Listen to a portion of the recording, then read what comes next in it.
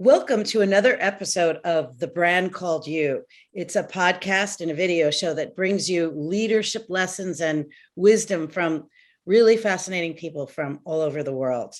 I'm your host, Lisa Lipkin, and if you're new to the channel, please subscribe and hit the bell icon. Well, I'm absolutely thrilled today to introduce Steve Zeitlin, who is the founding director of City Lora. And for those of you that aren't New Yorkers, City Lora is a treasure here in New York City. It is an organization that Steve founded back in the 1980s, which is really designed to celebrate folk culture, to document and advocate and present New York City grassroots cultures so that their living legacy is ensured.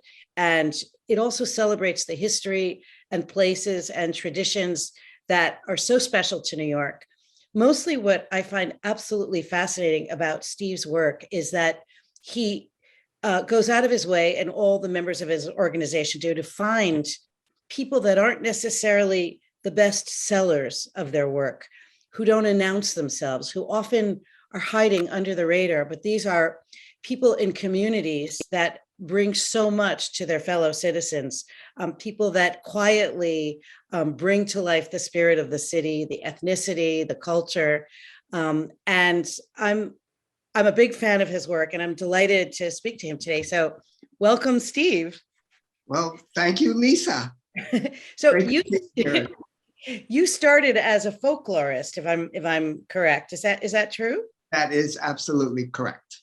And tell me how did City Lora begin? What was its inception? Maybe you can give me an idea of how you started. I believe it was at the Smithsonian, and how you came to City Lora. Well, I usually start by saying that I was by telling the story of when I was back in college, and I was taking a break from my studies, which was just mostly involved English literature. And I was wandering through the shelves at the library of the University of Pennsylvania, and I picked up a book at random and it was called The Folklore of New York City. And it was written by Benjamin Botkin, who was a cousin of the Gershwins and who lived in Croton on Harmon, and had written a whole bunch of books, so kind of treasuries of American folklore, but he'd also written book called Sidewalks of America about urban folklore. He was kind of a pioneer that there was such a thing as urban folklore. And he'd written this book called The Folklore of New York City. And when I opened it to a random page, there were a series of children's rhymes that it had been collected by the Works Progress Administration, the WPA, back in the 1930s. And I remember one of them that went, "I should worry, I should care, I should marry a millionaire. He should die, I should cry, I should marry another guy." And it struck me, wow, that is such a great piece of folk poetry, which had always fascinated me. I can talk about that later. And I also thought, like, wouldn't this be a great job for me, interviewing people about their stories?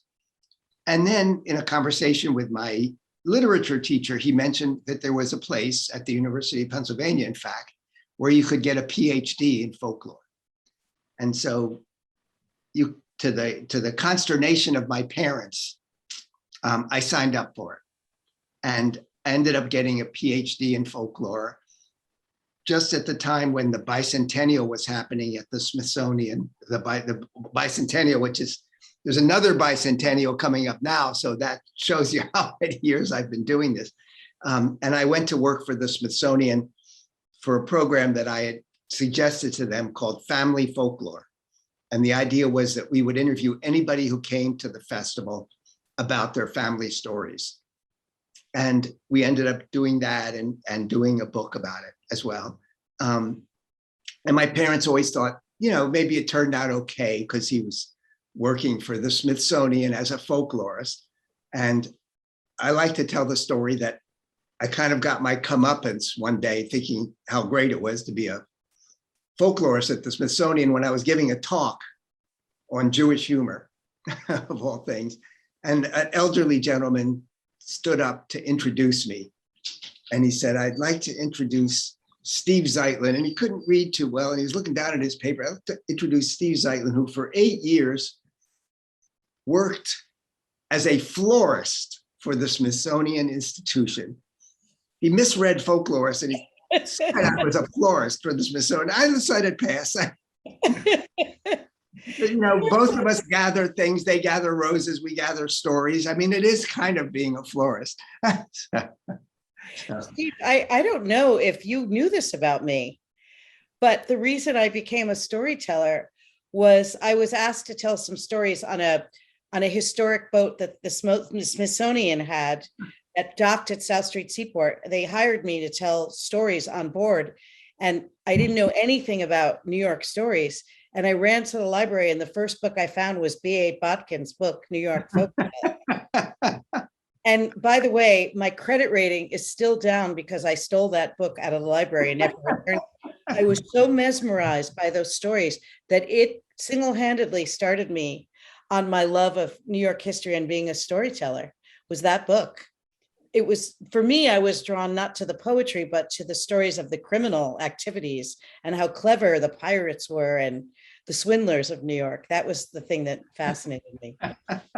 But I remember asking a friend of mine, what they're going to know I'm a fraud. What'll happen when all these members of the Smithsonian ask me questions about history? He said, you turn to them and you say, you'll have to ask a historian. I'm merely a teller of tales. But that was the shared, you and I share that history. So you started this project, but then what made you think that there was a place for an organization in New York to bring folk culture and folk history to life? When I came to New York, I didn't come, I came to get a job at the Queen's Council on the Arts. And with my wife, Amanda, we were both folklorists. And we started just talking to people and asking them what they were interested in. And especially then, back in the 80s, but it's true even today, people were fascinated with the games that they played as children. And a lot of the people were children of the Depression. And they loved to talk about the games that they started, the double Dutch games, Ringalivio, stickball, the kinds of things. And we realized there was so much passion around those things that we started to do a collection of them first, and then we convinced the Museum of the City of New York to do an exhibit. And through that very first project, we were able to raise money, and I thought to myself, geez, wouldn't it be great to have an organization that does this, professionally? The first thing that I remember about your organization was attending, I mean, we're talking about over 25 years ago, attending the People's Hall of Fame, which was this marvelous award ceremony that you orchestrated. But it was not famous people. It was people who had done things to contribute to the folk life of New York City. I remember at the time, I think it was one of your first ones, there was a man named Ralph Lee who had created a Halloween parade in Greenwich Village. Another man named Antonio Garcia, who embellished the city with murals, and a man named Frank Manning, who helped initiate the Lindy Hop in New York. And I wondered how this came to be and how you found these characters. I found these characters by, I guess, by looking for them, and understanding that people contribute things, and New York is kind of known for its celebrities, and that it was really important to have a different kind of Hall of Fame that was not for famous baseball players and instead was for ordinary people, but that were doing extraordinary things. And we loved giving those awards. And of course, we made a lot of friends giving those awards. Somebody once said that anthropologists study people and folklorists make friends with them. We were very close with a lot of the people that we gave these awards to. I remember we gave an award to the man who walked the Coney Island cyclone every day to make sure that the roller coaster was safe.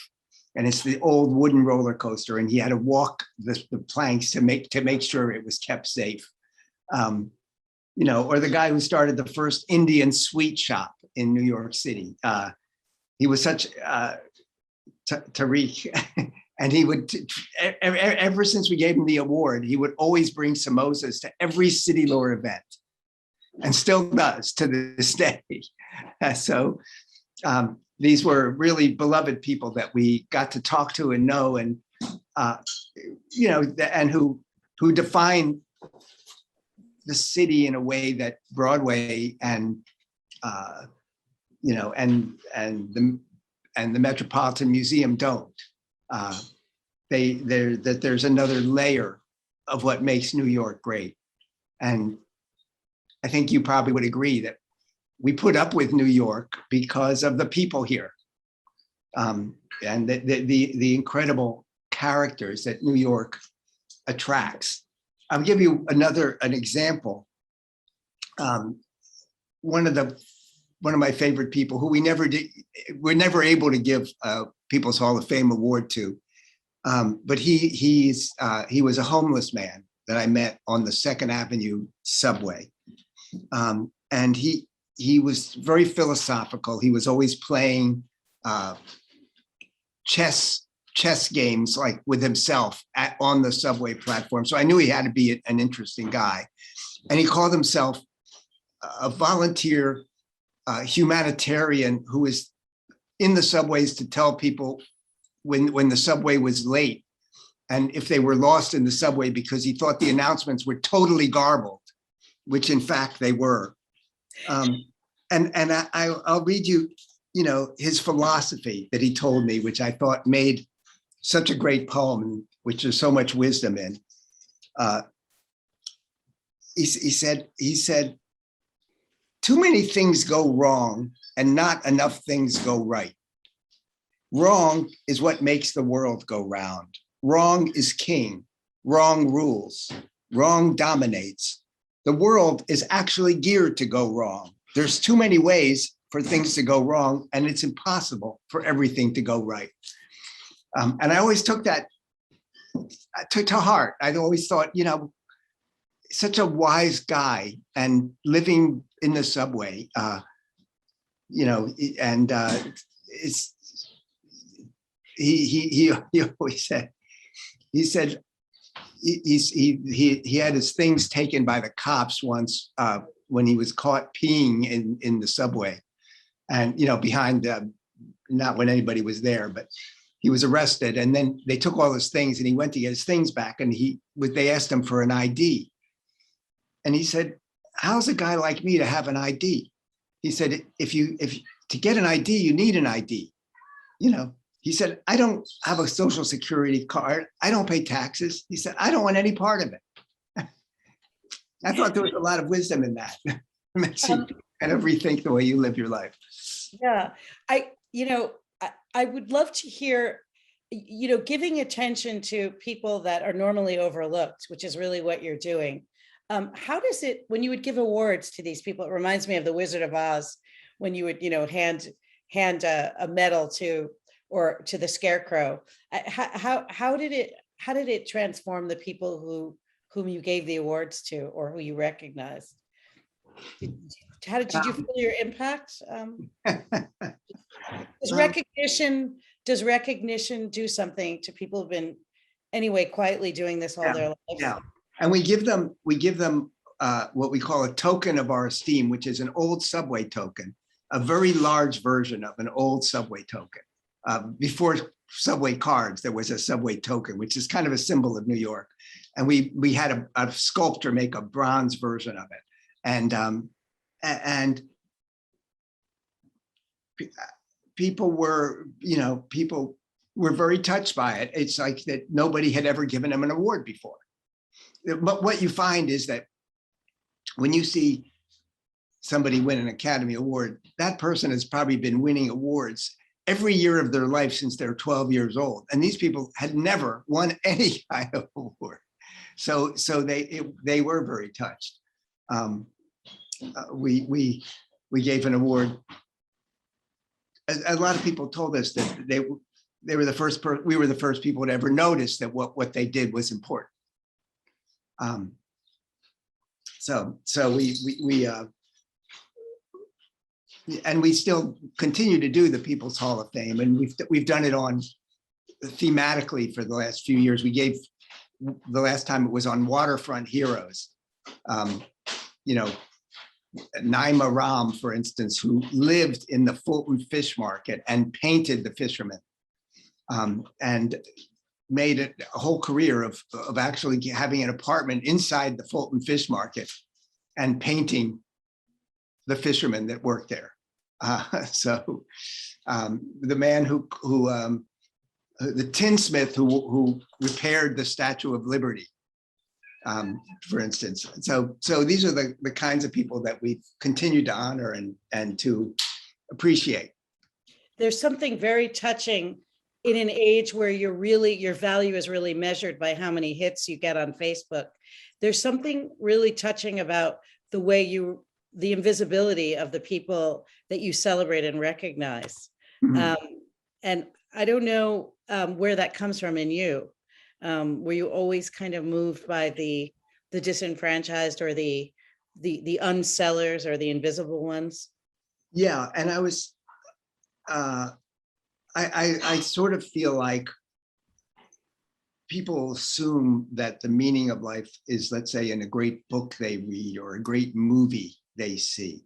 And for me, the meaning in life is always about the artfulness of personal relationships and the art that grows out of, jokes that you tell all the time, that expressions that people have between us, memories and stories that they tell, and that the meaning of life is in those things.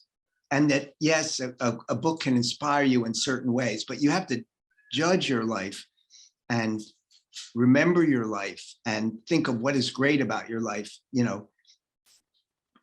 by the artfulness of everyday life. Now, you have a book coming out, don't you, called The Poetry of Everyday Life? I have a book that I wrote, a book of essays called The Poetry of Everyday Life. And in fact, I'm remembering here that, let's see, where is it? That you inspired a poem that I wrote that you inspired a poem that I published many years ago. And maybe it sort of gets at this. Let me see if I can find it here. Inspired by Lisa Lipkin. It's called Planning for the Past. While fools plan for their future, we lie planning for the past. With our bed in the backyard under a night sky, we break a bottle of champagne over the headboard, set sail on our journey together as our memories sail backwards in time. And so we synchronize our heartbeats, shape the numinous events in our personal histories, to guide and frame our lives like stars in the night skies as we navigate along the tides of anticipated memories. And I read that because you inspired it, but it's also about how you think about memory and how you think about the artfulness of everyday life and how you live your life to create anticipated memories. I think that was your original insight. Yeah, I used to say most people plan for their future, but I think you should always plan for your past. How do I want to remember this? Yeah. And and so the poetry of everyday life has sort of been a way in which I look at the world, and I've tried to build a career around fostering that idea that the poetry in life is where we have to look to for importance, and the people who are purveyors of that poetry in different ways, sometimes not by writing things, but by their lives and by what they do, and the artfulness with which they live their lives, whether they're making an Indian sweet or painting a fisherman in a fish market or telling jokes, around the dinner table, that we have to look to that for meaning, and we have to build a world in which that's at the center, and that it is not a world in which being a celebrity is at the center. And fortunately, I've been able to finagle a career based on that. My dad once was with me when somebody asked me, well, if you're a folklorist, how does somebody make a living at something like that? And my dad answered, well, he scratches it out any way he can.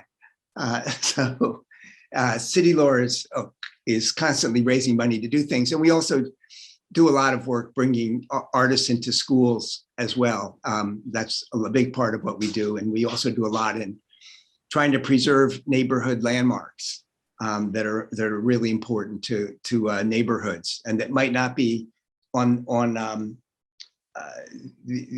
not be 100 years old and on the National Register, but they're important for the neighborhood and the community. Do you have any examples of that? Yeah, I mean, we've actually worked to get places like Casa Amadeo, which is the oldest Latin record store in New York, on the National Register because of its importance. We've worked to get Kyler Church, which was where the high steel workers, community of high steel workers from the Akwesasne Reservation, came to New York to build the World Trade Tower. To many of the skyscrapers, Empire State Building, and many of the skyscrapers were built by Native Americans from the reservation. And the church where they all worshiped was called the Mohawk Church. And we've tried to get that on the national registers. Not only we did interviews with them as well, but we tried to get a place landmarked in New York that represented that community. Thank you for listening to The Brand Called You videocast and podcast, a platform that brings you knowledge, experience, and wisdom of hundreds of successful individuals from around the world. Do visit our website www.tbcy.in to watch and listen to the stories of many more individuals. You can also follow us on YouTube, Facebook, Instagram, and Twitter. Just search for The Brand Called You.